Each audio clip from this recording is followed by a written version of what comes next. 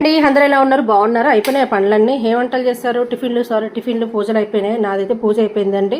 Tiffin దగ్గరికి వచ్చేసి జీరా rice చేశాను. సింపుల్గా ఏమీ లేవండి. జీడిపప్పు లేదు, కరివేపాకు లేదు, కొత్తిమీర లేదు, ఏమీ లేకుండా సరే టిఫిన్కి ఏదైతే చేయాలి కదా అని చెప్పేసి మంచి టేస్టీగా హెల్తీగా ఉంటుంది కాబట్టి జీరా రైస్ మంచిది కాబట్టి అని చెప్పేసి నేను కొంచెం జీలకర్ర ఒక స్పూన్ పైన రోట్లు వేసి కొంచెం లైట్గా కచ్చబిచ్చగా దంచుకున్నా అండి.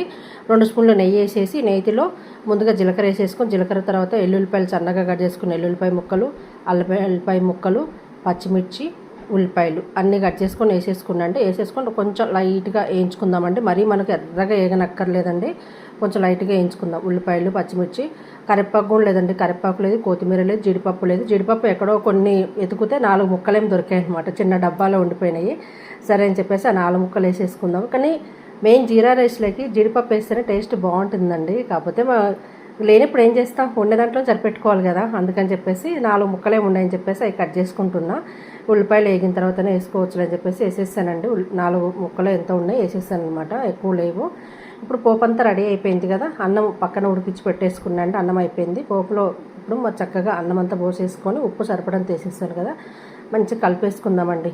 కొత్తిమీర కూడా లేదు, అన్నీ అయిపోయినాయి. టేస్ట్ మాత్రం చాలా బాగుంది అనిపిస్తుంది నాకైతే. స్మెల్ నెయ్యితో చూస్తుంటే తినకుండా టేస్ట్ బాగుంది అనుకుంటే, కొన్నిసార్లు మనం పోపు వేసాక మొత్తం రెడీ అయిపోయినా తినకుండా కానీ టేస్ట్ చెప్పొచ్చండి.